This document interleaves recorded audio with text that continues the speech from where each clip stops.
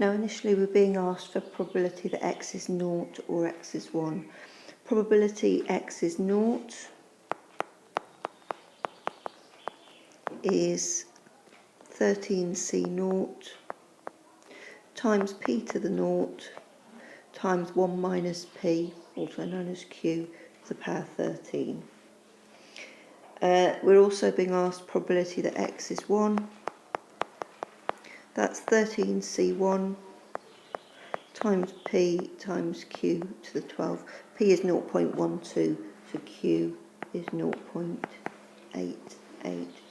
When I work these out, this one I believe is 0.190, this one 0.336, so my answer, add them together, 0.526, and that's part I.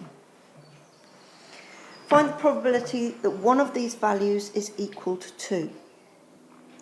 So we can have, what we're dealing with is 2 and not 2. First of all, let's find the probability that x is 2. That will be 13c2 times by my p to the power 2 times by my q to the power 11. 11 because 13 take 2. And that equals 0.275. So that's the probability that x is 2.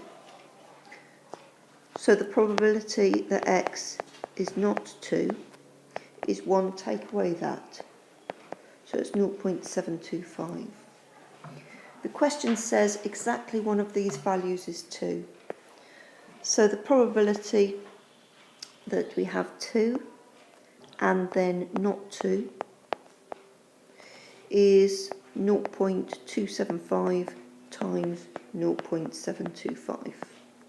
We could also have not 2 followed by 2, which would be 0.725 times by 0.275.